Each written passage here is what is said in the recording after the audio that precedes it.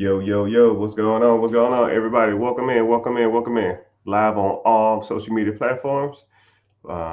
Even though it gives me errors every once in a while saying that it's not working, but we're still in there. We, I like to give a general, brief introduction to myself, and then I give a lecture, and then we get to Q&A if we have time. But I'm not gonna stay on too long. I got some stuff I need to tend to, but it's all good. So welcome in, everybody. This is the Rich Get Richard. My name is Mr. Richard, your hostess with the mostest, which sounds like cornball shit, but we talk about everything money, finances. We talk about everything when it comes to credit, business funding. We talk about investments. You want to talk about crypto. You want to talk about, anything, funding, raising capital, LLC, business structure, S Corp, C Corp. We here and we talk about all this type of stuff. So come in, ask the questions, sit there and learn because a lot of the terminologies, I see you, sir. A lot of the terminologies that we talk about, a lot of people aren't familiar with and or may not even heard of. So if you have any questions, you can ask them along the way. I try to get to them, but sometimes I have a train of thought, and it's hard for me to stop my train of thought to answer a question just to get back on the train of thought. So generally, I'll always um, just keep going in my train of thought, and then I can always come back and see your questions. But we streaming live on Facebook, YouTube, Twitch, Twitter, Instagram, TikTok, and Kick, which is having an issue, but I'm gonna get it working. If you're on there, hey. If you're not, oh well, whatever. It does what it want to do. Um, if you want to help me out, watch this from YouTube because YouTube pays me to be here. Right? They don't want to give me money, and the money amount is not even significant. It might be $20, $30 a day on YouTube, but you know, I can go out and get a nice pizza or something just by you helping. And I see your comments first on YouTube also. So if you watch it from there, it's easier for me to see your comments because it gives me a live feed, and that's just easier for me to see your stuff. Before we get started, I do have if you find these concepts that I'm talking about interesting, you like what I'm saying, you like what I talk about, I have a free webinar class coming up this Wednesday at 9 p.m. EST. So go to the link in the bio or go to however you can contact me. You can go to my website too. It's therichgetrichard.com. A lot of people don't go there. Sometimes you got to put in the HTTPS and all that kind of stuff like that. But you'll get in there and it'll say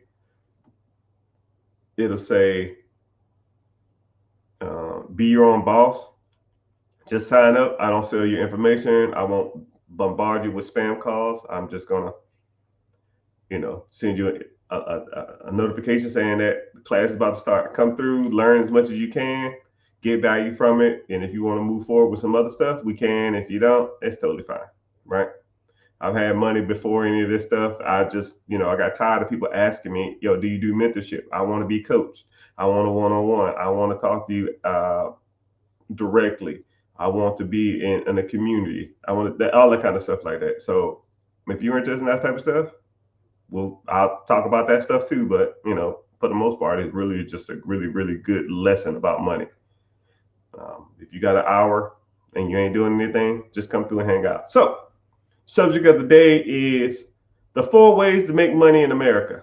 Okay, and a lot of people try to overthink this, or they think they're smarter than I ain't gonna say smarter than me because you might be smarter than me, but when it comes to this money thing, I'm pretty good. So I sat back one day and I just realized that all money either is received or given in one of these 4 topics. So if you are one of those 4, either you need to be the consumer of that, you're the consumer of that product or consumer of that industry, or you the recipient of that industry. And there's pretty much no way around it. I'm not don't overthink it. Don't try to think of ones that are outside of these, even though you're not. because I've kind of sat back and thought about everything really falls into these. Okay.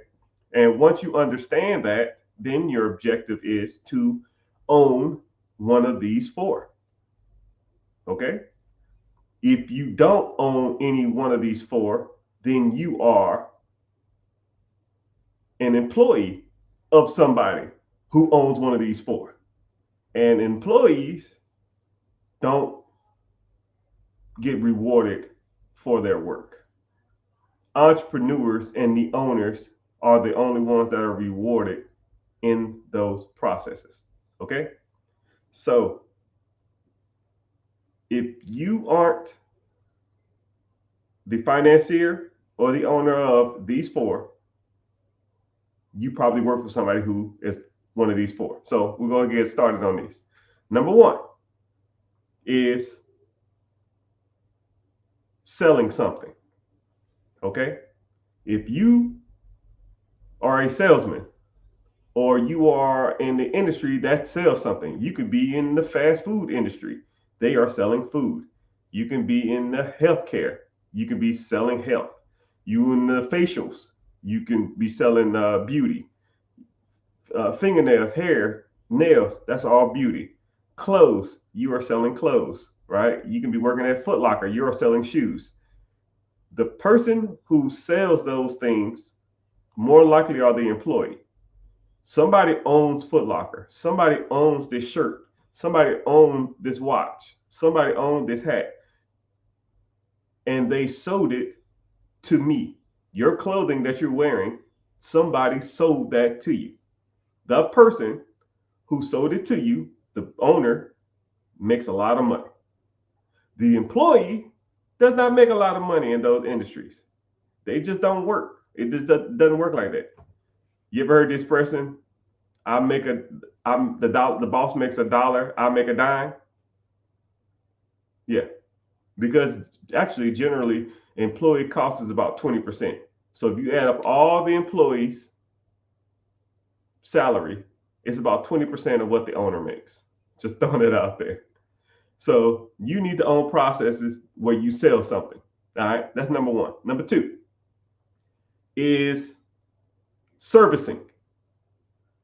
You can get a haircut, that's a service.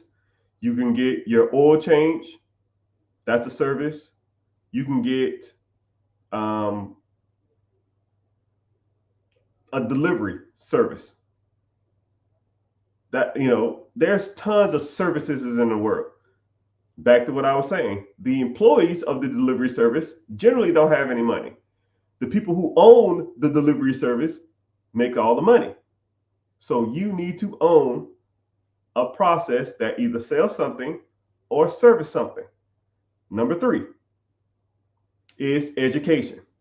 Education is like the third biggest industry in America. High schools, colleges, coaching, sports, coaching sports, coaching people how to play a piano, coaching people on, educating somebody on how to do, you can educate people on how to do a karate class. You can educate someone on how to knit. You can educate somebody on how to drive. There's multiple industries where you can educate people and make a living. And when I say a living, I mean a shit ton of money, right? Why are colleges, billion-dollar industries? Because they're in the game of educating. And what's so shitty about education is you can educate somebody, and regardless if they get the message or not, you still get compensated, right? I know tons of people that don't work in their college degrees. I know tons of people who hated college. I met a ton of people who said they didn't learn anything in college. However, the college got their money, and you can't not pay the college fee, right? Even if you got a loan, you got that for life. It's just the way it is. It doesn't stop anything. It's just a part of the process. You have to get educated in certain things. And you talk about education as far as like safety. There's people that go around and educate people on how to do stuff safely. When I was in the military, there was whole divisions. And all they did was educate people on how to be safe or do a job safely. You know, think of like OSHA. If you know what OSHA is just, they're just telling people how to do their job properly. They're expecting and educating. That's it. Billions of dollars worth of industry. So, and the last one is entertainment. Entertainment.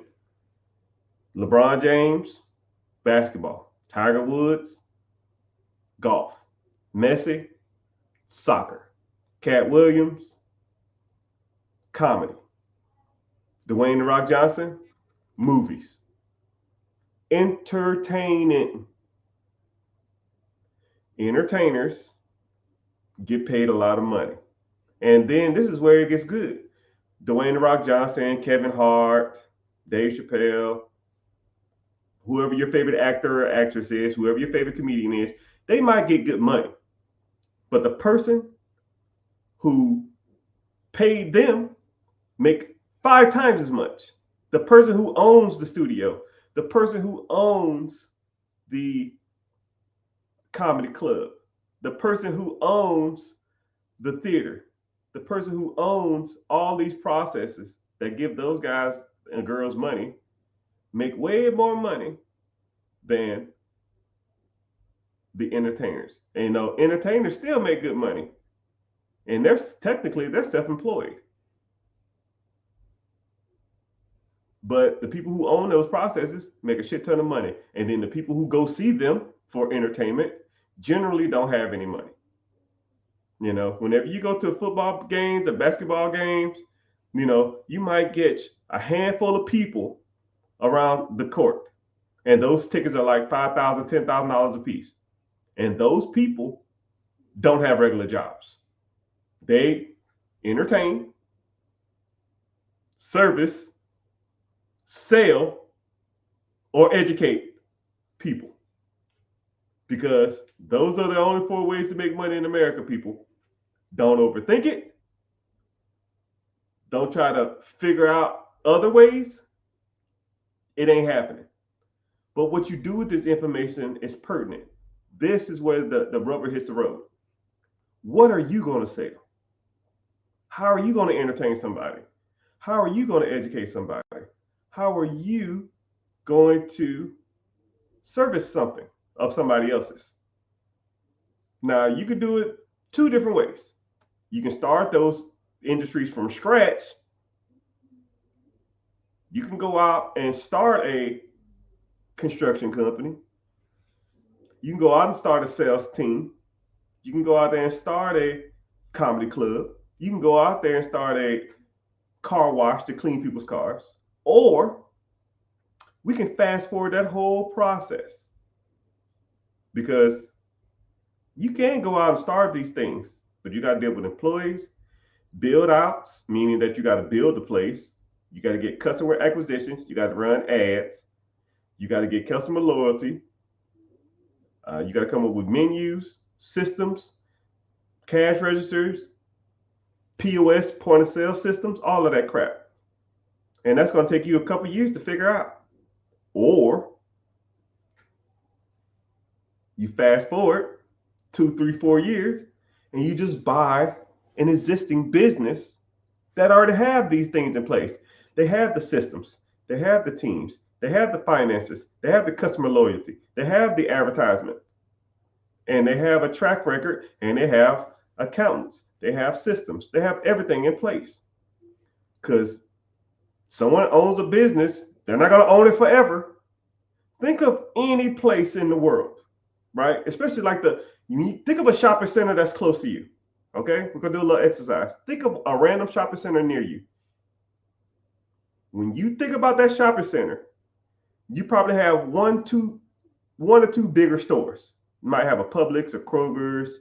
You might have a J.C. Penney's, a TJ Maxx, or something like that. Marshalls. You have the bigger stuff. I get that. But now think about all the little stores at the bottom. Think about the liquor stores. Think about the dry cleaners. Think about the UPS store. Think about the barbershops. Think about the little Thai restaurant there. Think about the pool supply company that's right there. I'm just going through my head and walking down the line. Liquor store, a little Pizza Hut franchise, a real estate agent, a tutoring center, a place that teach you how to code, a GNC, a Pax Mail, a UPS store, a dental office, a barbershop, a pool supply company. Now, all those stores are probably owned by an individual. It's probably not owned by corporate or by some big old wigs. It's probably owned by corporate. Okay? And it's probably not owned by corporate. It's probably owned by an individual. People get old. People get tired. People don't want to do stuff no more. People need to move. People have health issues. People have a multitude of reasons why they don't want to do stuff no more. Right? Maybe they made millions of dollars and they're just done. Think about it like this. Say if you had a business, let's say you're 40, you have a business, and that business has made you $500,000 a year until you're 50. Now that's $5 million. Now you're 50 years old and you don't want to do it no more. You owned it for 10 years. You made $5 million. And now the business is worth $1.5 million or something like that. You can sell it, make the 1.5. Now you up $6.5 million. You're done. How much money do you need, people? Think about it. How much money do you truly need? And people are like, I can't live off $6.5 million. Bullshit. You don't make $1 million in your lifetime now, probably. If you make $50,000 a year, 20 years will put you at $1 million. Say you started a job at 35, you worked there till 55. That's $1 million. You telling me you can't live off 6 times that? You doing it now with way less than that. Moral of the story is, people, all those businesses that I named off in my shopping center, let alone I go 2 miles down the street in that shopping center, 2 miles down the street again in that shopping center, Chinese restaurant, Wingstop, a Plato's Closet, another liquor store, go down the street again, Wingstop, GameStop, Jersey Mike's, Firehouse Subs, go down the street another 2 miles. All those businesses gonna have to be sold at some time in the near future or in the future, right? And what's crazy about it is there's probably a business in the shopping center right down the street from you that has a business for sale, and you don't even know it because you're not even looking for those type of things. You're not even on. It's not even on your radar. It's like your car effect. When you get a new car, you see that car everywhere. It's the same thing. I got a little red Honda. Everywhere I go, I see a little red Honda. Whatever car you got, you never saw it before. But if you bought it, you see it everywhere. It's the same thing. If I told you to start looking for businesses that are for sale, you'll see businesses for sale everywhere. If I told you to start looking for real estate for sale everywhere, you will start seeing real estate for sale everywhere. If I started to tell you to look for investment opportunities everywhere you go, you will see investment opportunities everywhere you go. Everywhere I go, I don't give a damn if I'm going to a club, I'm going to a party, I'm going to a Mac Daddy dinner, I'm going to whatever. I'm coming home from a long day of doing something. I don't care. If I'm driving or someone else driving, I say, hey, whoa, go back. Because I'm always on the hunt. Oh, man, I didn't even know this thing was even for sale. Yeah, I didn't think it was for sale either. I didn't know it was for sale either. You know why the person you would say you didn't know they was for sale either? Because they're not looking for it. Because if they knew that, they would already say something. And then this is what's crazy too. Once you start telling people, yo, man, I'm looking for businesses to buy. Yo, man, I'm looking for real estate to buy. Oh, yo, man, I'm looking for investment opportunities.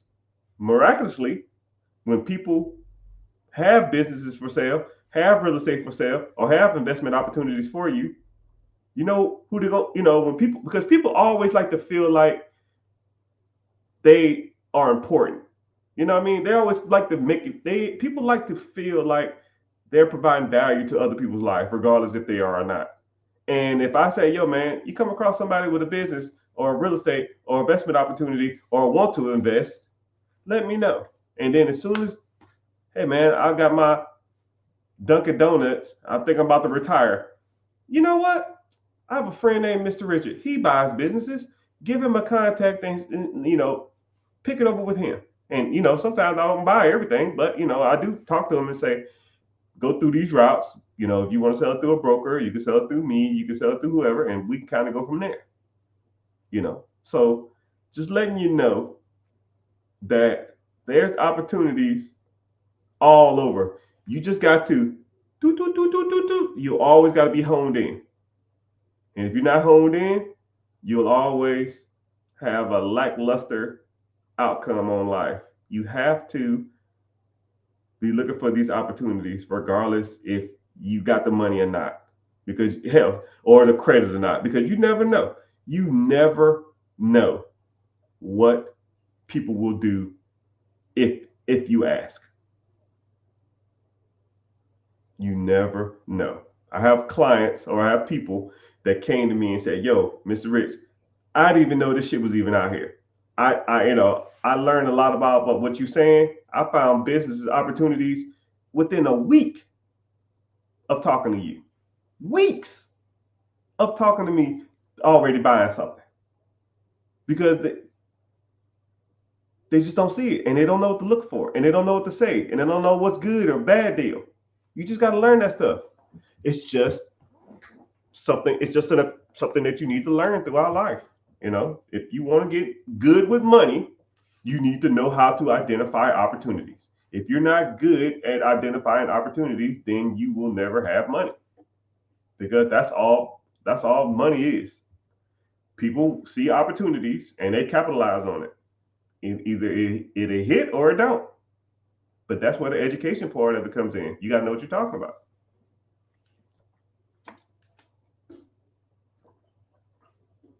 I'm always constant.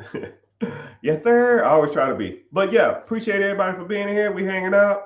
Like I said before, if you want to watch, I'll talk. Any questions? I got whatever you want. Log on or click the link in the bio. I have a free class coming up Wednesday, 9 p.m. EST. It's talking about buying businesses, buying real estate. We talk about investments. We talk about credit. We talk about funding, LLC, business structure. We talk about negotiating. I mean, it talks about a lot of stuff. And if you're interested in that type of stuff, just sign up. It's free. I don't sell you information. I'm not going to spam you with a whole bunch of crap emails and crap like that. Don't do any of that stuff.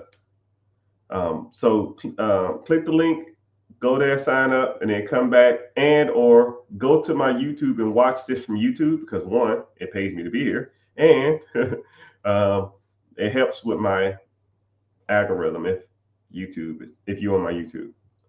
And when you comment, I see those questions first. It's just easier for me to read what questions y'all got. Okay. So let's get to some preguntas, questions. Somebody said, I want to buy a storage unit in North Carolina. So one thing about storage units is that, this is just my opinion though, a lot of storage unit markets are saturated. There's a lot of big wigs in storage unit game. Whenever you go up for storage units, a lot of people know that their baby's not ugly, so they over evaluate what they feel is worth. That's just the way people are. You know what I mean? It's almost like the same thing with a laundromat. Hell, it's almost the same thing with like a car. Like say if you had a Hellcat You know, even though I don't really too much care for Hellcats, but if everybody say, yo, man, your car's cool, your car's awesome, your car's this, your car is that, is this, is this, is this. People think because people tell them their car's cool all the freaking time that their car is valued here now when it's actually valued here. People overpay for Hellcats and people get gassed up about their Hellcats. It's not they think that a Hellcat, say if a Hellcat should be selling for 40, they're going to pay 50 for it, which is overpriced. And then they're going to say, oh, yeah, I had this thing for 5 years. Now, and I put some rims on it and a stupid ass sticker. Now it's worth 60. You know, because that's just because they've been told their whole life that their Hellcat is cool. It's just kind of the same thing with when it comes to businesses. Laundromats are like that. You know, people, everybody wants a laundromat. There's 500 different types of businesses out there that I can name just off the top of my head. But everybody want to talk about laundromats but laundromats are overhyped because people are told, man, you got a laundromat, you're so awesome, this is so cool. But there's multiple different businesses that you can buy besides a laundromat. The same thing with storage units. Storage units are one of those things that a lot of people want to get after. And it's because they don't really know what's all available. They just think storage units are good. First of all, storage units is a commercial building. You generally gonna have to put 20% down. And if you want to get into one 20, 30 miles within any major city, all the big dogs and all the big girls are already probably scoping it. And if you ain't got the 20% down, more likely you're gonna have to raise money or get some decent workout with the owners, which more likely aren't mom and pops. And if they are mom and pops, they got bombarded with letters from people like me. Because when I buy real estate, I'm looking for big units. I send them letters and text messages all the time because you can look all that stuff up online. So if you did want to get into those industries, you probably have to go to the skirts. You go to like Midwest, sometimes the country areas that don't have a big population. When the owner operator is a mom and pop place, those places you can get good deals. Any major city with 20, 30 miles from any major city, to me, is a wash for you might can catch some deals, but more than likely, these big companies have sent them multiple letters, multiple text messages. Because you think about it like this, there's companies out there. I'm gonna kind of put you on a little bit of the real estate game. There's major corporations out there, and all they do is buy real estate, multifamily, apartments, storage units, and that kind of stuff. So what they'll do is they'll market to a certain area. They'll say, okay, we want to buy every storage unit in North Carolina and South Carolina. So what they'll do is they go to public record, they search all the storage units, and they send them a letter. Hey, how you doing? My name is Big Corp Investments. I see you have a storage unit for sale. I see you have a storage unit. I don't know if you was interested in selling it. However, if you are, give me a call. Here's my number. They'll send them a card in the mail. No, not interested. Then they'll shoot them a text message. That's public record. Hey, this is Big Corp again. If you're interested in selling your storage units, give me a call. Cool. Then they'll get an email. Hey, this Big Corp again. If you're interested in selling that, and they'll send them a letter, an email, and a text every week or every 2 weeks forever. Because they have millions of dollars to deploy to this. Because once they get one, it all pays for itself. So if you're looking for those type of industries, if you're looking for those type of businesses, who do you think they're going to call first? You or somebody who's been in their ear for 3 years, right? You send out a letter, let's call it 50 cents. 50 cents times a week times a year, 52 weeks a year at 50 cents, we'll call it $35. $35.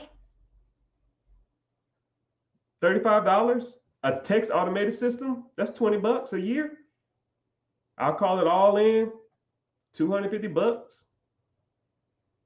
An email, a MailChimp email automated system, another $20. You all in, you spend $750 a year to market to that person. Let's say you do it 3 years. That's $2,200.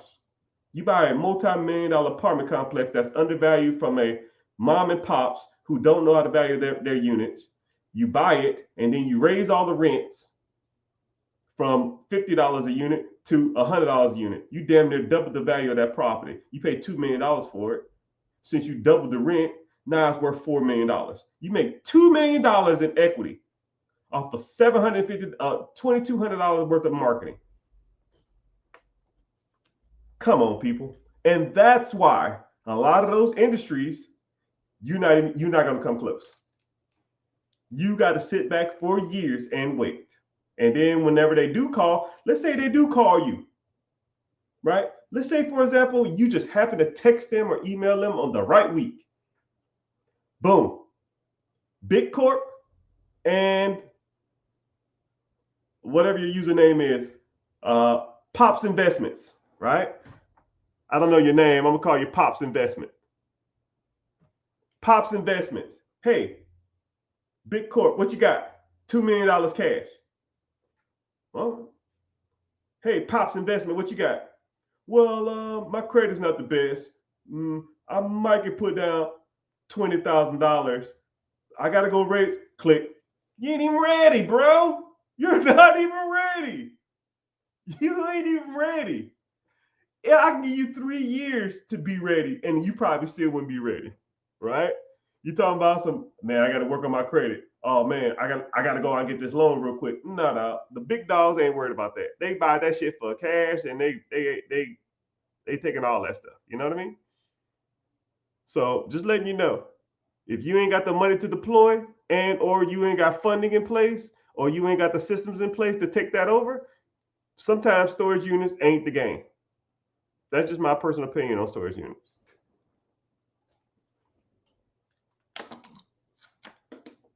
Someone say, how do you handle bad tenants? Cash for keys.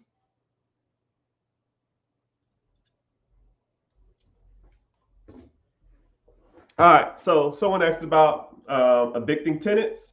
This is a little technique that I learned a while back, and this is called cash for keys. There's a couple ways you can do this. This is just the way that I like to do it. So you find, say if you have an individual and they haven't paid their rent in a couple of months, and you're in one of these states that doesn't allow you to evict people, okay? It is what it is. Every once in a while, that's why I tell people not to try to invest in states that are renter friendly. But, sometimes people just get investments in the wrong states for whatever reason. Maybe it was handed down to them. Maybe they ain't know no better, whatever. Say you have a tenant and they're always loud, or they're always multiple infractions. They never pay their bills on time, whatever, right? But you want them out of there, right? They haven't paid their rent. So certain states won't even allow you to evict them. Then you got to go get an eviction notice. You got to serve the people. And then they still got like a 6-month loophole. They might be living in that apartment, not paying rent, or that house, not paying rent for 8 months or something like that. But there are techniques to get people out your home. It's called cash for keys. Okay. One of the techniques that I like to use. So if you have a tenant, I'll call, let's say if you have $1,000 worth of rent that they owe you, they're like a month and a half behind. They ain't got a job. They're not going to pay it. You can't kick them out. This is one of the ways you can do it. You can say, hey, sir or ma'am, I know you're down on your luck. And if you stay here, one, you're going to owe me a lot of money. 2, 3, 4, 5, 6 months, you're going to owe me $6,000. I'm going to take you to court. I'm going to win. And then you're going to owe me $6,000. Then you're going to have an eviction on your credit. And then no one else is going to rent to you. You might get 6 months for free, but your credit is going to be shot. You're going to have a judgment on your tax, on your credit, and they're going to garnish your wages if you don't pay this stuff. So we can come up with a deal right now. If you leave this week, I will give you $500 or $1,000 to leave. So if you leave, it won't affect your credit. I won't have to evict you. You take the $1,000 and you go get somewhere else that's a little more affordable. You can't afford the $1,000. Take the $1,000. You might go move in with a roommate. Go move in with a girlfriend or a cousin or something. I don't care, right? But I got to get this place rented up. And if you're not renting it and you're not going to pay your rent, then I will pay you to leave. Generally, high possibility they're going to leave. Really high. I've only had to do it once, but they'll leave. They will get the fuck out of there because they already know they're not going to pay it. So either they can have shitty credit, an eviction, and owe the courts $6,000, or they can leave in a week for $1,000. Now, when you get that place back, it's probably gonna look like shit. Now you probably got to spend another $1,000 just to get it rent ready, but you get all that money back from the rent you're gonna make from the next person. It's part of the game, people. It is what it is. Sometimes you got to learn from it. But I try not. If you live in states that have squatters' rights and stuff like that, places like California have squatters' rights. So to get people out of houses in like California, it takes like 6 months. They have all of the power. I doubt they will leave for 500. Yeah, they will. Sir, you say that because you don't have a lot of tenants. If I gave you two options, one, here's $1,000, leave in a week, or you can owe me $6,000 plus court fees with an eviction and an eviction on your credit, and I'm gonna report this to your credit. So now I'm gonna put your credit up. You're gonna have an eviction, and you're gonna owe the courts $6,000 plus court fees, right? Somebody said, I don't think anybody will leave. Now, if I gave you those two options, $1,000 check or $6,000 bill, which one would you take? $6,000 bill and fucked up credit, and an eviction, and a court judgment, or $1,000 cash. Which one would you choose? And somebody said they won't choose the money. Which one would you choose? Okay, if you would choose it, other people would too. Shit, I would take it. I would take it. I'll just go take my $1,000, take all the crap I got, not clean the place, and go live with a cousin or something until I get back on my feet. Because now you don't even have to pay the rent you was living for. You don't have to pay the money back that you were living for a month and a half, and you get $1,000 on top. Shit, I got pretty much paid $2,000 to leave a house. Why wouldn't I do it? Or have a $6,000? That's an $8,000 swing. It ain't rocket science. That ain't even hard math. Shit, why wouldn't they leave? I would.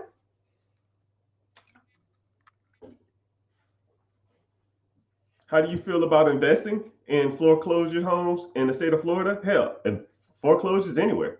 The state is almost irrelevant in certain areas. But yeah, if you can find a good deal, pop it. But once you start getting so many houses, you'll get out of touch on a lot of this stuff. But yeah, you can make money in foreclosures. If you want to learn more about how to buy foreclosures, I teach you all that. Click the link in the bio, join the free class. It's called Be Your Own Boss. We talk about foreclosures. We talk about tax deeds, estate sales, lease options, bird dogging, wholesaling, sub-2, all of the same stuff that a lot of people out here in real estate, they'll focus on like one specific thing. I'm not going to say anybody's names. I'm not going to crap on anybody's systems or anything, but I've met people and they're like, yo, man, wholesaling is the way to go. I was like, okay, cool. What if you can't wholesale the deal? What do? Don't do the deal. You know, you could have just substitute that. Oh, I don't deal with substitutes. Oh, okay, cool. So you're gonna leave money on the table? Or you meet people that all they do is substitute stuff. Okay, you're gonna flip this. Oh, I don't do flips, but this is a perfect flip. Okay, I don't do that. So you leave money on the table? Oh, this is a perfect bird dog deal. I don't do bird dogging. I don't got time. But there's free money on the table, right? It's almost, I always use the Batman utility belt theory, right? Batman has a utility belt for everything. If something comes up, he got the smoke screen, he got the bat net, he got the batarang, he got the shark repellent, he got damn marbles that pop tires. He always got something on his belt for every situation. And that's how you need to be in this money thing. If a situation comes up in real estate, especially real estate, if you don't, if people are going to bring you problems, that's all real estate is. People bring you problems. I'm going to get foreclosed on. I'm going to lose my house. I ain't paying my taxes. I need to move. I can't afford it. Those are all just problems. That's all foreclosure, estate sale. Someone died. It's just problems. Tax deeds, foreclosures, sub-2. It's just problems. If you don't know how to handle every problem that comes up in real estate, then you are doing the people that you want to service a disjustice, and you're doing yourself a disjustice. If you're going to get in real estate, know them all. Because if you know all of them, then you can help everybody who calls you. When people call me and they have real estate problems, boom, I'm on it. I'll talk to you for 3 minutes and I know exactly what to do. 3 minutes. How much equity you got? Do you owe on the home? What state are you in? What are you? Have you started the pre-foreclosure yet? Have you got, how many letters have you got fair? Have you, how much you owe in taxes? When was the last time taxes was paid? How much you owe? Like, boom, boom, boom. Once I hear that, I already know what to do, right? Do you want the house or you don't want the house? If you do want the house, you got to do this. If you don't want the house, you can do this. You want to cash out your equity, you do this. You want to damn transfer the equity and not pay capital gains tax on that? Let's do this. You open for seller financing or owner financing? Cool. Let's do this. If you're not, cool. Let's do sub-2. Let's do lease options. Let's do any of that stuff. You just got to know what you're doing, people. Got to know what you're doing. Somebody said, what is some good businesses to start with as a first business to buy? Could you give me some examples? So there's tons of businesses that are out there for sale. And a lot of times whenever you're looking at businesses, you almost got to step back and ask yourself, can I do this? Because once you take a step back and you look at it from your perspective, I can give you 1,000 businesses off the top of my head, but is that good for you? You know, if it makes sense to you and if it makes sense financially, then roll with it. Somebody I know, he wanted to buy, he was looking for businesses and he saw one for sale. It was a flower boutique. Now this guy is a manly's man, younger dude. And it was a flower boutique. The mom owned it. She died. The son was selling it for his mom. And he met the son, talked for 5 hours. They wanted $150,000 for it, and it produced like $120,000 a year in cash flow to the owner. So a business cost $150,000, and he was making $120,000. And he asked, "Well, how'd you come up with this price?" He said, "Because that's just what I feel like it's worth." That's what I feel like it's worth. But that shit was so undervalued, it was ridiculous. And then he texted me or called me and said, "Yo, what should I do?" hit him with the owner finance. Hey, would you take payments over time for this? He said, yeah, of course. How much you want down? I forgot what it was, but he popped that. He bought that in 3 weeks. Now, I don't know you from a can of paint. You look like a younger guy, but a flower shop is not on my radar. But for $150,000 for $120,000 return every year, it will be on my radar. It will be on my radar. You know what I mean? If I purchased a floral shop that I didn't have to work at, that I already had employees, systems, teams in place, would I buy it? Yes. My very first business was a tanning salon. I'm black as night.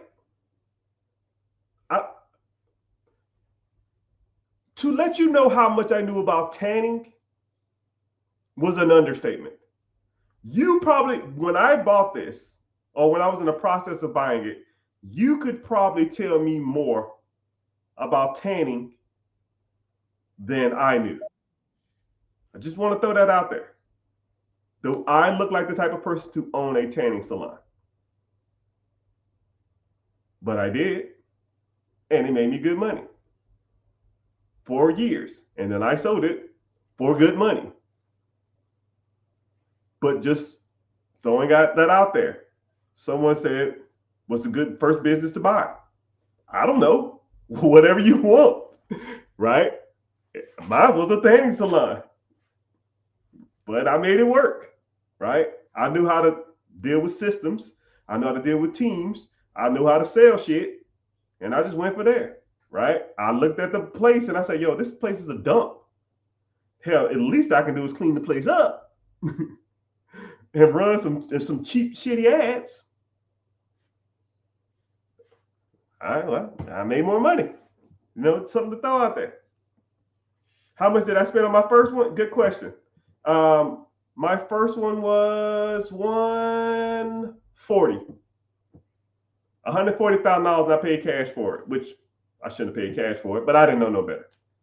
I did a couple of real estate deals and I had money sitting around, so I spent $140,000 on it, and it made $90,000. It made $90,000 a year after. That's what I made.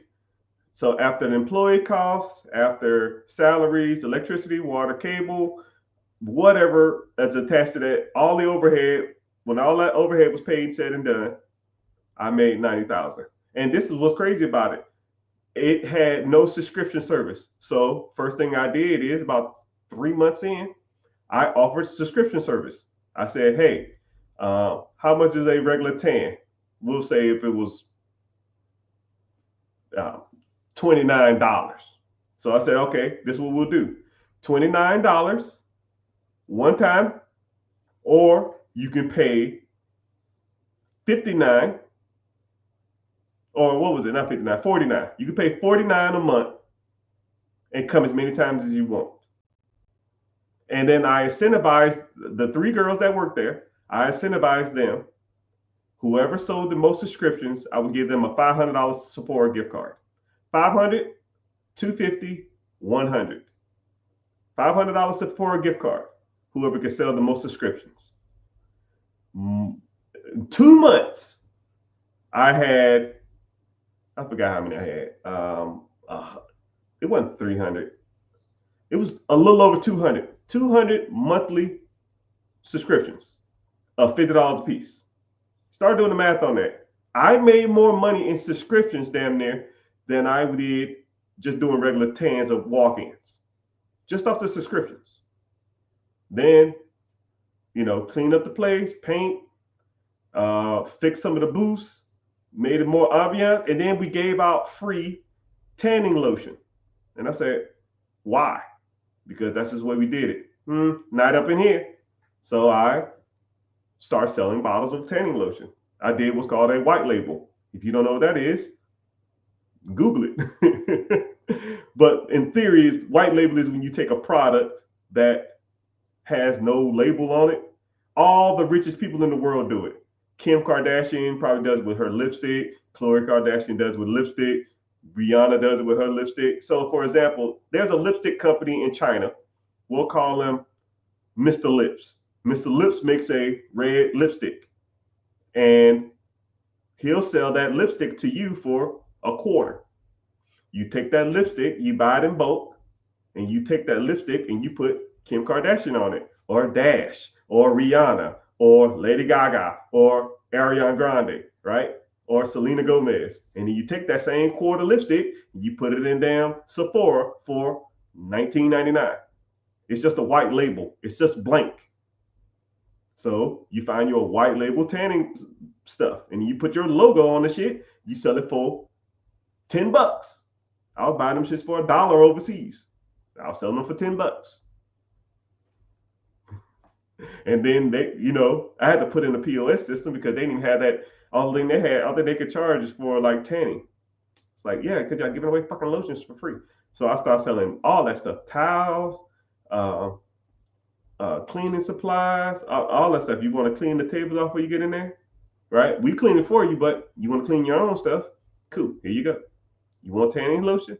Cool. We got multiple different kinds. We got kinds that smell good. We got stuff that do this. Shit. After about a year and a half, I went from $90,000 a year to about $180,000 a year. Cash flow to me. Boop, boop, boop, boop, boop, boop, boop. And if you know anything about buying and selling businesses, if a business is absentee and it's making almost $200,000 a year, you can sell that shit for a lot more money than I paid for it. Even though I gave them a discount because I just wanted to get rid of it because I didn't really know what I was doing. But mind you, I'd rather not know what I'm doing, making hundreds of thousands of dollars, than know what I'm doing, not making shit. Because that's the game, people.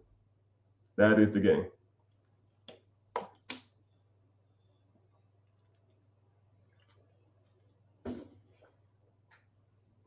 So white labeling most of the products that you sold in your business?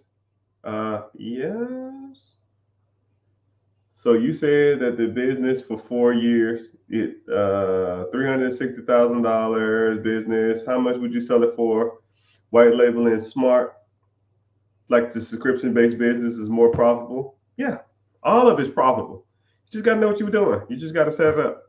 But if you want to learn more about these processes, I can walk you through the whole thing, because not evaluating the business is more than just what it brings in. You have to kind of understand the dynamic, and I break all that stuff down. Click the link in the bio, join the free class. I have one Wednesday, 9 p.m. EST. Sign up, come through, and we'll go from there. Someone said, how do I feel about vending machines? One of my very first businesses was vending machines. I had seven of them. But vending machines command a lot of time. The tanning booth was my first absentee business. Vending machine, I started that from, I started from 2 units. Because I used to work at a place, and when I was working there, it was a guy that used to come in there, and they never had snacks. I mean, the vending machine was constantly empty. And then one time I saw the guy, and I was like, man, damn, about time you fill this thing up. He said, yo, man, I'm just busy. I said, well, do you not have time to do it anymore? He said, no. I said, you ever thought about selling it? He said, yeah. I just haven't found anybody to do it, sell it to. Say, shit, I'll take it. How many you got? He had 3, but one of them was like it was a location, but he did nothing with it. So he had 2 operational and 1 non-operational. And I said, I'll take them all. Right? I forgot the price. This was 10 years ago. Then I started making money. I did about an hour. I stopped mine on Mondays and Thursdays. Mondays because you get all the money from the weekend, And then Thursday, you get prepared for the weekend. I used to go to Sam's. I used to drop about $2,500 to $3,000 every month at Sam's Club. I was bringing in, after everything was paid, said and done, I was bringing in about 50, 60,000 a year, which is good money, but you're devoting a lot of time to it. For every machine is about an hour. So you have a half an hour to get to where you are, and then a half an hour to stock. When I end up said and done, I think I had 7 machines or something like that. 7, 8. I don't remember. 7. I'll say 7. So I would go to the place, take a half an hour, stock up all this damn this stuff and this little cart, take it in there, load it up, collect my money, check the machines for anything wrong, and then go to the next one. It would take me 30 to 45 minutes, depending on the location. I'm on about a 45 minutes to get there, service, and go out to the next one. I just average it about an hour. Sometimes it just take longer. Depends on what I was stocking. The sodas suck. I hated sodas. But yeah, it made decent money.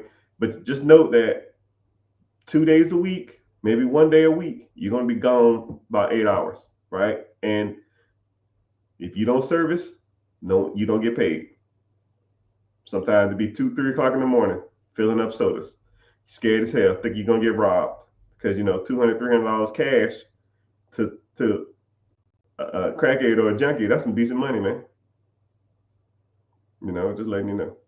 But yeah, vending machines are good for me in my stage now. I wouldn't do it, but they're good for a starter person. Yeah, if you just want to get into something and make a little good money on the side, $30,000, $40,000, $50,000 if you got a decent amount. I was probably making about $10,000 per machine, about $8,000 a year per machine. But things were way cheaper back then. I look at these vending machines now; they charge fucking $1.75 for a bag of chips, and I'm just like, damn, this is rough. Or whatever they're charging, $1.75 for a Snickers or a candy bar. I was a little cheaper because I wanted to. I really didn't want to raise the prices. But I tell you what, when I got my first Monster, I started selling Monsters. Oh yeah, that shit was nuts. I couldn't keep that shit stocked. I could not keep it stocked. But yeah, that's a good question though. Yeah, but if you find something, you can find what you call this for sale all over. You just got to go look for them. I started free cycling. I'm still in the beginning stages though. Yeah, free cycling is where it's at, man. I teach my mentees how to do free cycling all the time. And sometimes I have contests with them and I say, hey, let's do a free cycle competition. Whoever free cycles the most in the next week, I'll send them $500 cash if you can beat me. But they never do. It's not even close. Well, for one, I got the time to do it. And 2, I'll spend, I can go out and make, if I free cycle, I can go out and raise, I probably can get about $500 to $800 a day free cycling. And when people tell me they can't do it, I say, I call bullshit. I call bullstool. There's tons of money out there in free cycling. For those who don't know what free cycling is when you take money, when you take an object, you go on like Facebook, Craigslist, OfferUp, and you just search the word free, and or you search items that are like extremely discounted. I'll use couches as an example. Let's say if there's a sectional or even a TV, let's say a sectional couch. Let's say the sectional couch is $50 because they have to move out of the country. Or they say it's free because they bought a new one and the new one's coming this week. The couch is fine. People just want new shit. I don't know why. They just want new stuff. And you take it off their hands for free. You take that. I'll take pictures of it in their house. I'll take sometimes I'll take some stuff to wipe with and I'll just wipe it down. And I'll take pictures of it right in their house. And I'll put it right back on Facebook, right back on Craigslist, right back on OfferUp. $500 plus delivery fee if needed. Might take some time. Sometimes it take 3, 4, 5 days, a week or something like that. But you'll get bites. I remember I had a competition with my community, and I said whoever raised more money than me, I'll give them $500. And they say bet.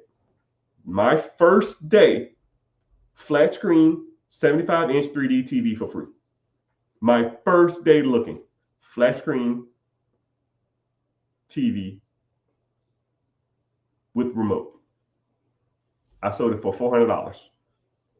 It was $400 plus $50 delivery fee, but they gave me $350 with the delivery fee. So I lost $100, but it was $350 to drive a TV that I got for free up the street. Right? Let's say you take 20 minutes to pick it up and then 20 minutes to deliver to somebody else. That's almost $400 or $500 an hour. Now, by a show of hands, who in this chat or who in this community or who's listening to me make $500 an hour? I'll wait. And then people say, oh, I don't got time. No, you just choose not to have time. You don't make $500 an hour. And then I did the same thing with a treadmill. That same weekend, I started Friday. Saturday, I got the TV. Saturday night, I got a treadmill. I took the treadmill, sold it for $100. I had the treadmill in my car. I ain't even unloaded yet. And I took it to somewhere else. A washing machine and a washer and dryer. I did $300 plus delivery. So $100 for the treadmill, $300 for the washer and dryer, and then $350 for the TV. I'm up $800 damn near over the weekend. $800. Let's do some simple math, people. Let's say if I spent collectively 6 hours doing this shit. $600, I'll say 8 hours just to make the math easier. I've spent 8 hours that weekend to make almost $800. That's $100 an hour. Now, by show of hands in the chat, whoever's watching, who in here makes $100 an hour? Tax-free, after taxes. I'll wait. And when people say, oh, I ain't got no money, but I ain't got no time. No, dog. You just sitting around watching The Bachelorette or Shark Tank or football. I bet you watched that fucking game this weekend. I bet you watched LeBron James. I bet you watch baseball. I bet you watch whatever sporting events going on. But you can't get your ass up and go make $400, $500, $600, $800. I don't know. And that's just that weekend. I could do that every weekend. $800 a week times 4 weeks. That's $3,200. Some of y'all don't even make $3,200 a month after taxes. Say if I did it full time. That's double. That's $6,400 a month? That's $70K a year, full time. I taught these one guy how to couch free cycling. They took that free cycling motto and did it with couches. All they do is sell couches now. They got them a warehouse. They sell the couches they get for free or pennies on the dollar to the warehouse. They open the warehouse on the weekend and say, hey, I like this couch on Facebook. Can I come look at it? Yeah. Come look at it on Saturday. Come look at it on Sunday. And those are the days they're open. So they go pick up the couches all throughout the week. And on the weekend, they sell the ones they get for free. It's almost like a used couch warehouse. These guys make $150,000 each a year flipping couches. $300,000 a year flipping free couches. Hell, I just explained to you how to make $70,000 free cycling random shit part-time. People don't want to hear it. People think they understand this money thing, but people don't really understand. There's a lot of free stuff out there with stains on it and damage. Okay, but don't take that stuff. You know, this is I'm gonna put you on another logic too. Any problem that you give me, I will give you a solution. If I go to somebody's house and it looked like shit, I say, you know what, sir? I'm good. I can't do nothing with this. I thought it was gonna be a little nicer than I thought. You have a good one. Right? Can't hit a home run every time. And even if it did have stains on it or did have some damage to it, and you're selling it for 500, sell it for 200. You still can take it. Somebody want it. You can't clean stains. We too good to clean now. Now, if there's some blood or some shit, okay, cool, I get it. I don't want to deal with that. But some soda, you can't clean that. You can't OxyClean that. Shit, brother. You better than me, then, man. Because I'm trying to get this money. I'll damn near take anything. It's definitely a mindset. Yeah. You just gotta want to do it, man. That's just free cycling. There's tons of different ways to make money out here, people. Tons of different money. Tons of different money out here. Someone said, I'm interested in getting more information about absentee businesses. I'm currently a college student. Only save and pay I got.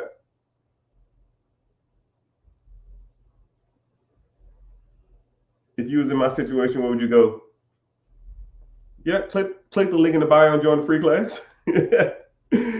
Yeah, everybody's situation is different. I don't know your situation. I don't know. You say you in college. Hell, I met 40-year-olds in college. I don't know. I don't know how old you are. I don't know your financial situation. I don't know if you're working. I don't know if you want to own a business, if you currently have a business, if you want to start a business, if you have the credit, if you have the funding, if you have any of that stuff, right? But anybody who wants to learn more about these processes, link in the bio, free class Wednesday, 9 p.m. And a lot of times when I come on here, I actually enjoy sitting here talking about money to people because it's just, right? I sit there and talk to people in my family and stuff like that, but they don't want to hear this stuff all the time. At least you guys want to listen to me. But the way I'm talking to y'all guys is the way I talk to everybody, right? And that's all I want to do is talk about money. Money, money, money, money, money, money, money. And some people find that annoying. Especially, it's kind of weird. People who really don't have a lot of money never want to talk about money. It's kind of funny how that works.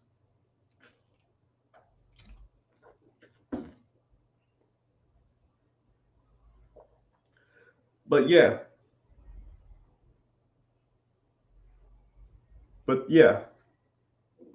What's happening, sir? I see you.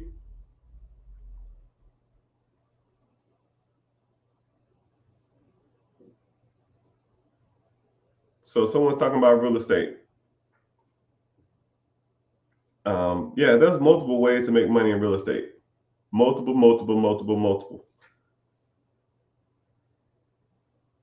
You can get into, someone said something about auctions. You can get into that. You can get into, you can get into a lot of different stuff when it comes to real estate. It just depends on what you want to do, right? One thing, first of all, if anybody ever wants to learn from me, the first thing I'm going to do is I'm going to educate you. Because I hate the term, you don't know what you don't know. But if there's a better way to skin a cat and there's something that you can do that you probably never heard of, and it's easier for you to comprehend and to get behind, then you need to be educated on those different systems, right? Just like when you talk about real estate, you probably never even heard of a sub two or a subject to. You may not even heard of a lease option. You may not even heard of owner financing or seller financing or seller carry or seller carryback. Or when it comes to investing, you may not even heard of ETFs, mutual funds, 401ks, IRAs, TSPs. You know, you might not even heard of high yield savings account or security bonds or junk bonds or any of that stuff, but you need to understand all of these different things, the terminologies, and when would you go for these type of assets. And then you can sit back and say, wow, I'm educated on those things. I know what he's talking about now. So when I get to talking about stuff, if I say someone probably, like if I told you exactly what ETFs are, and I broke down how good or bad they are, and someone says, yeah, I'm thinking about cashing out my 401k and getting to ETFs. What are your thoughts on it? You already know the answer to the question because you know what a 401k is, hopefully, and then you can understand the benefits, pros and cons of an ETF. ETF has higher returns. However, if you get a Roth 401k, you don't have to pay taxes when you withdraw when you're 62 and a half. So what do you want? Do you want tax savings or do you want a lot of gains and you'll deal with the taxes later? But if you knew what they were, then you can go from there. Say word. What's going on? What's my opinions on FBA? Oh, hold on, let me help you out. Amazon FBA?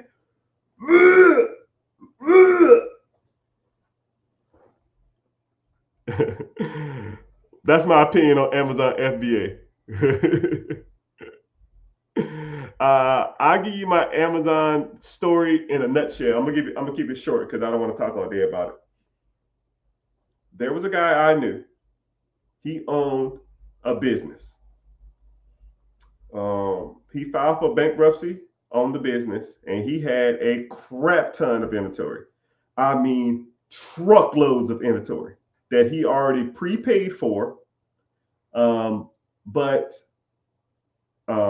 So he ordered them, but he filed bankruptcy. The bankruptcy went through, but the goods that was supposed to come, the goods came in, so he didn't have nothing to do with it because the store was already closed. So he was trying to sell this stuff for pennies on the dollar.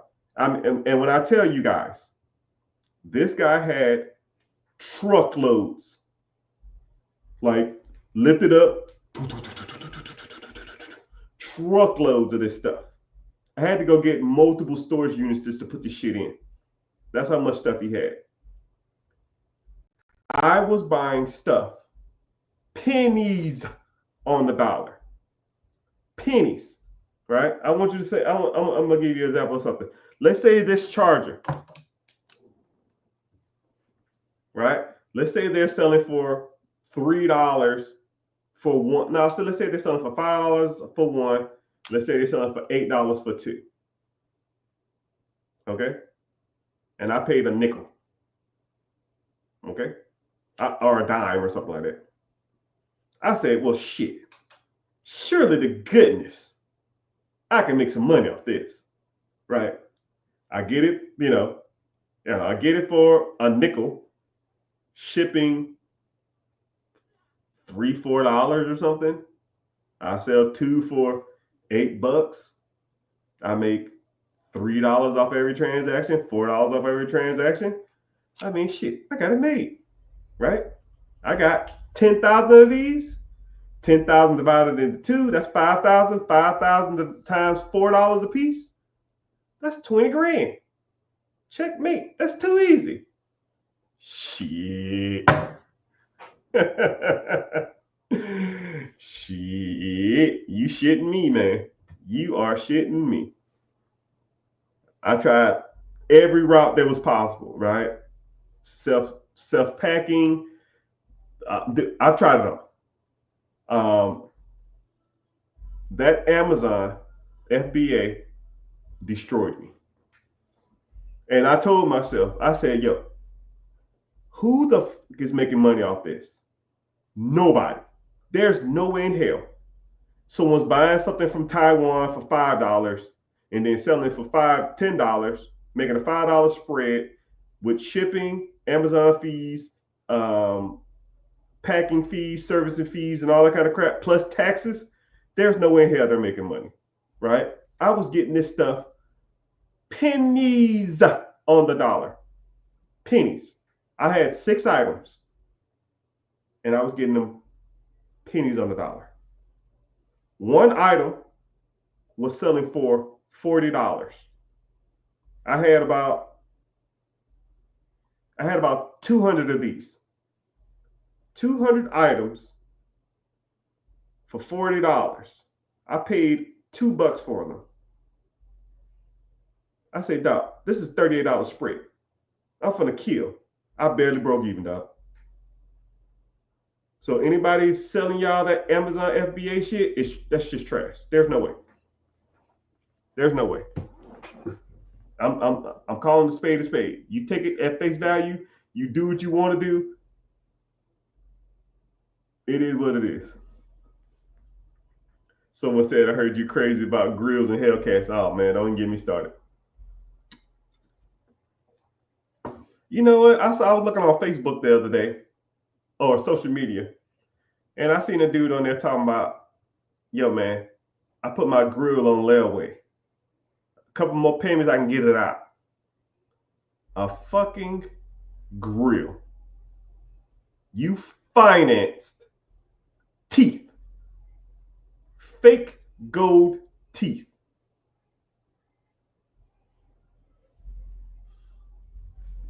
You financed or layawayed fake fucking gold teeth.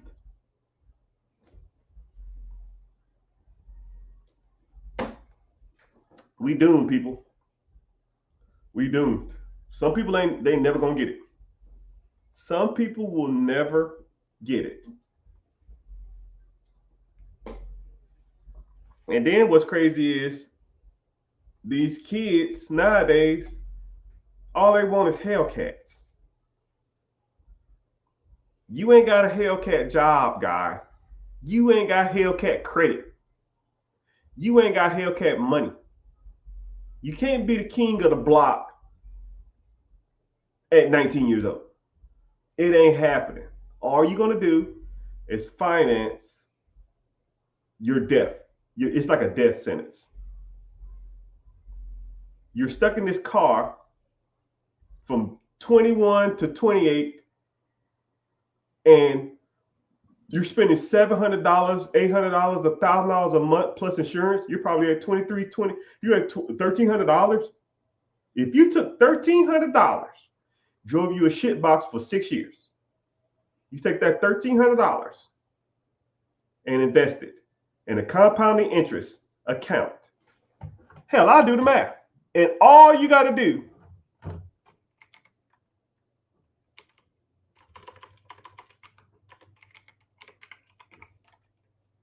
come on, dog. Here we go. So you had $1,000 Hellcat payment plus insurance. We'll call it $1,300. You started out at 22 years old.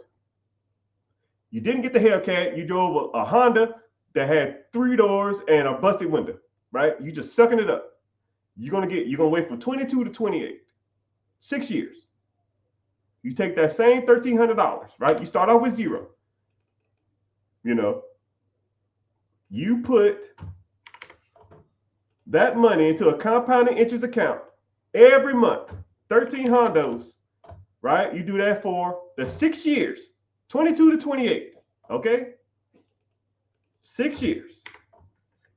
You would have $144,000. Now, you take the $144,000 and you do what? Nothing. Not a damn thing. You do zero with that money, right? I'm doing it on the calculator, people. For those who can't see it, I'll show them. You start out with zero for 6 years.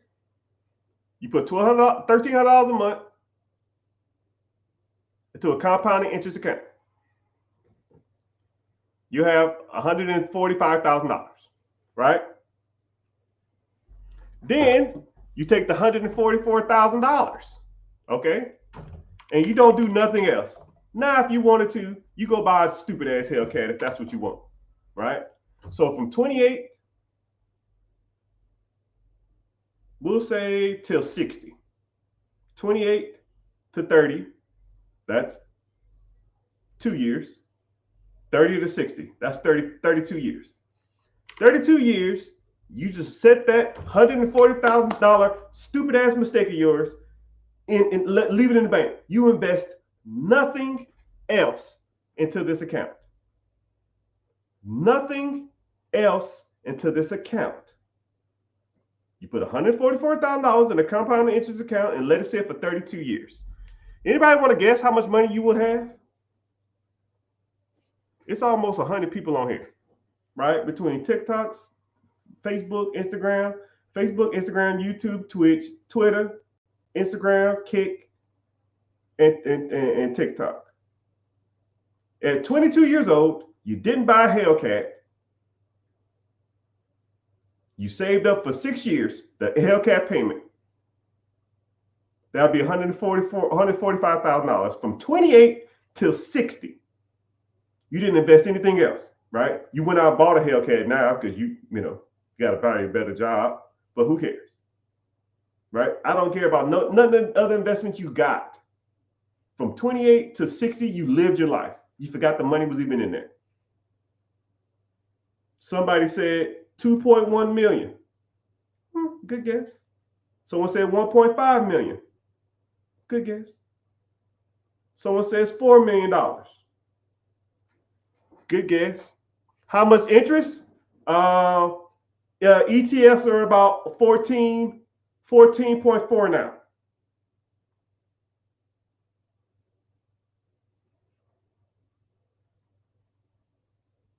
So 144,000 over 32 years.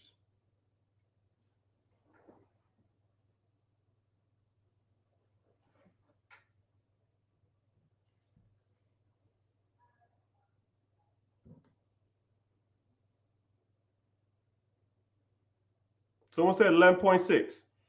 $144,000. 32 years, 14.5% interest, which is the average ETF on the open stock market over the last inception or the last 10 years. No other contributions, will be a little over $11 million.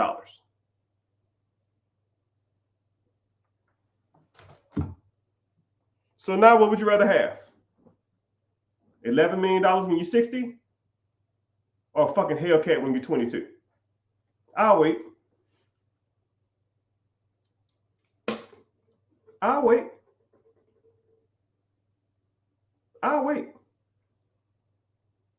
Well, I can't have no fun when I'm 60 years old.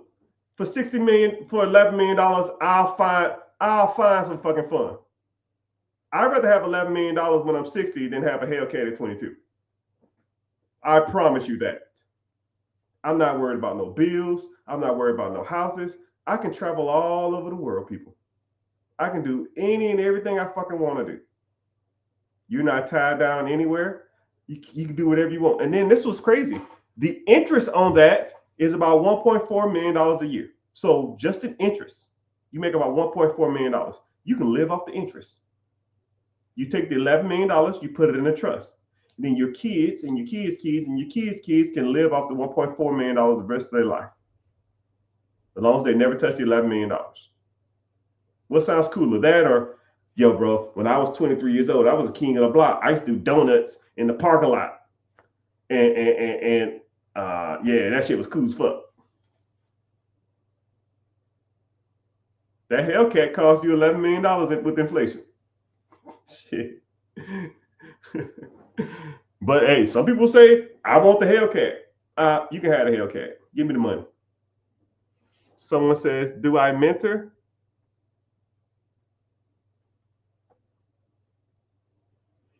Yeah, I got a free class coming up. Link in the bio. It's called Be Your Own Boss. Sign up. It's free. I don't email you. I don't spam you. We talk about investing, real estate, businesses, all that kind of stuff, right? We talk about a lot of different stuff in the free class.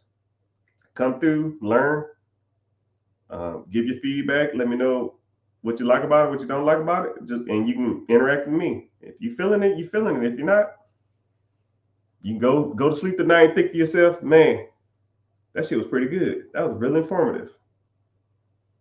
But it is what it is. But I hope y'all are enlightened about these processes.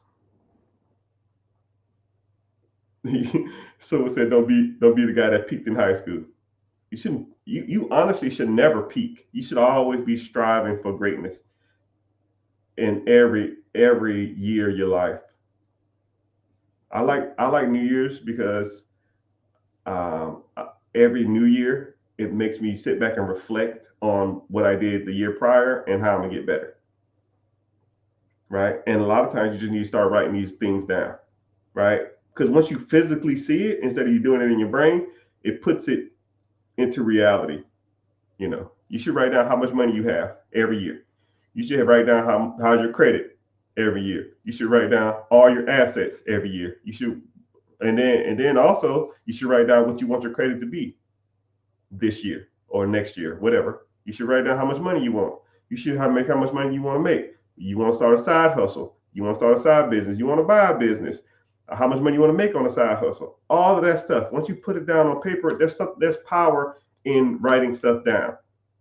Because once you take it out of your brain and put it into existence, it's like the wheels start turning. And you see it on paper, you just know what you got to do because now you have a little map, a little chart on how to get to your destination, how to get to your goals. But hey, what do I know? What I do know is it's been hard to say goodbye to yesterday. Anyways, I'm about to get off here. Thank you for your time. And yeah, if you're interested in reaching out to me, shoot me a message on Instagram. I'm flagged on some social media platforms. They won't let me message people. So if you're trying to message me on these platforms and they don't let you message, it's because I'm on a naughty list. So you can always message me on Facebook and or Instagram. Those are always good ones.